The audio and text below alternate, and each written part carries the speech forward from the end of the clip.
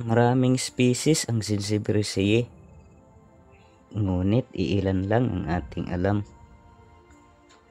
Marahil yung karamihan ay matatagpuan lamang sa malayong kagubatan. Kaya sa bidyong ito, isa na namang edible species ng Zanzibariaceae o tagbak ang ating pag-uusapan. Hindi ko rin alam kung ano ang pangalan nito at wala akong nahanap sa aking pagsasaliksik. Kung napanood nyo na ang aking video tungkol sa mga uri ng tagbak, malapit talaga ang hitsura nito sa pinon. Mula sa tangkay, dahon, at paraan ng kanilang pagtubo.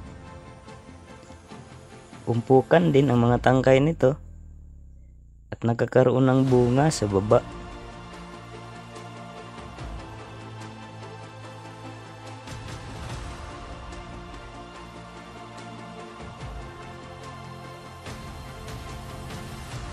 Yan yung kanyang bulaklak. Tapos ito naman ang bunga. Nagiging itim yan kapag hinog na. Pwede ka ring kumuha ng isang piraso para masiguro kung hinog na ba talaga. Kailangan mo lang mag-ingat sa pagkuha dahil binabahayan din ito ng langgam.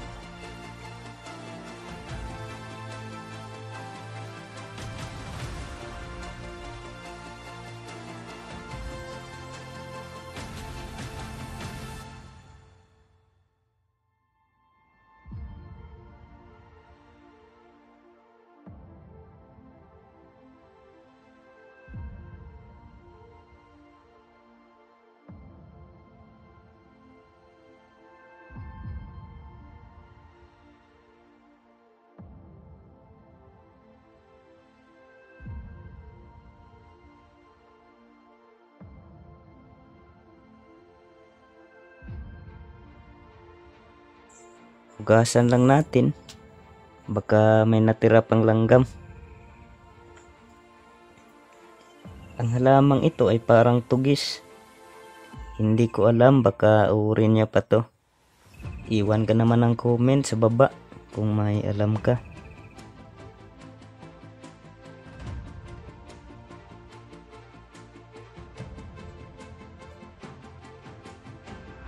Ang bunga nito ay binubuo ng maraming piraso. Balatan mo lang yon isa-isa para makuha ang edible nitong buto. Masarap at matamis ng konti, ngunit medyo mapait naman kapag dinurog mo pati yung mga buto. Tulad ng ibang tagbak, ang kanyang mga buto ay nagiging itim din kapag hinog na. Iwasan mo lang ang pagkain ng sobra dahil ang mga buto nito ay hindi natutunaw sa ating tiyan. Baka mahirapan ka sa pagbawas. Kung gusto mo ang mga ganitong uri ng content, huwag kalimutang suportahan itong aking munting channel. Maraming salamat.